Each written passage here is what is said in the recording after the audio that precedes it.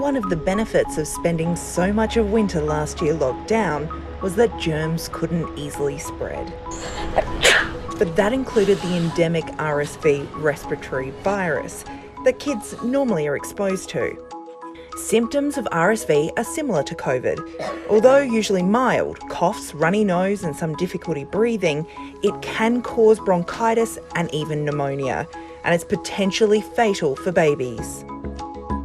Unusually, it wasn't until September that there was an uptick in cases in New South Wales, followed by WA 2 months later, but they weren't the same variants. Under the right set of circumstances and with that increased pool of susceptibles, the virus was able to take off in these states.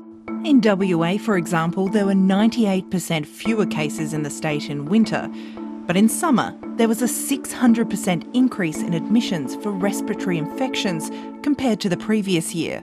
There is a potential for us to continue to have these unpredictable seasonal epidemics, which means it's much harder for hospitals to predict when they are going to need staff to manage the number of admissions. If the borders remain closed and if we don't get the reintroduction of other respiratory viruses like influenza, it's very unclear what will happen, because we should have seen an RSV season now and we haven't. And so now there's this other delay and we've disrupted the seasonality of this virus. Over in New Zealand, hospitals have been overrun with dozens of sick babies, and they got the virus from us. Yes, the RSV has come in from Australia. It'd be a long bow to say it's Australia's fault. We have RSV every year. We can't stop it. It's a consequence of the borders being closed last year.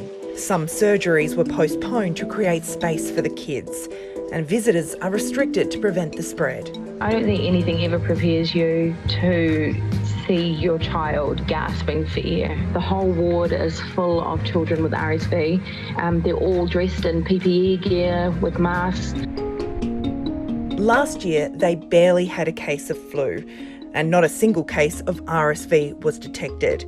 And so Dr. Betty says they're now facing a double whammy. All the kids under the age of 2 essentially haven't been exposed to RSV before, and a lot of them are becoming very, very sick. It is the worst we've seen in 40 years. It's like COVID. Keep up the hygiene and keep sick kids at home to prevent the spread.